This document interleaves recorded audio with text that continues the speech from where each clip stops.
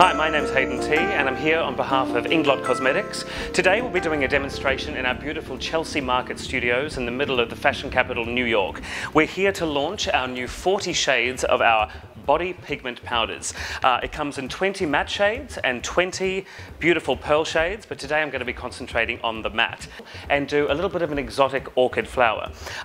As always with body painting, I ask my model to prep and exfoliate the night before, and then 2 hours, no sooner than 2 hours before the shoot and before the body painting begins, I ask her to moisturize her skin so the moisturizer can sink in to her skin and not affect the payoff of the product.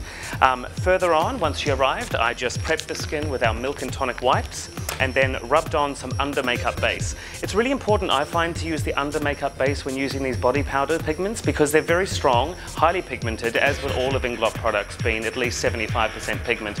These are even stronger again, so they can stain the skin. So I like to use the under makeup base first, just to make sure that it stays on for longer, it doesn't transfer much, and it doesn't stain her skin. Now, what I like to do, because I like to work with a cream or a liquid when I'm body painting, I mix these powders in with our Duraline solution. Now, our Duraline is basically a breathable, water-resistant liquid, completely clear like water, comes in a little dropper bottle like this, and I mix it in with our powders. Now this just basically means that any powder at INGLOT, such as this beautiful hot pink that I'm using here, number 214, can be transformed immediately into an actual liquid. One thing to remember with these body powders, pay attention to how bright the color is when it's a powder, because once the Duraline evaporates off and you're finished, it actually returns to its really bright, vibrant color. It won't stay the deep color that it is when it's wet. So I'm going to put this straight on her skin now. Now I'm just putting a base down first, and I'm actually going to use eyeshadows and pigments to shade and to set the color. Well, I think I've given you all of the essential information I wanted to pass forward. And now we're going to move into fast motion through the shading of the flower, right through to as close as we can get as to the finished product.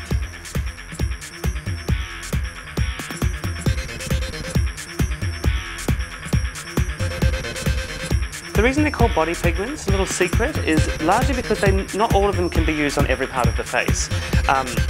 When you're in store, all of the artists will know exactly which colours can be used in exactly which areas, rather than me being boring and listing them now. But as a rule, the redder pigments, such as the pinks, aren't safe to use on the eyes, and the bluer and greener pigments aren't safe to be used on the lips.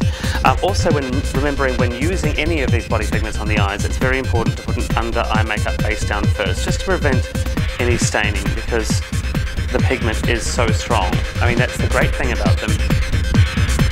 But you don't want your model or yourself to have those coloured eyes for days.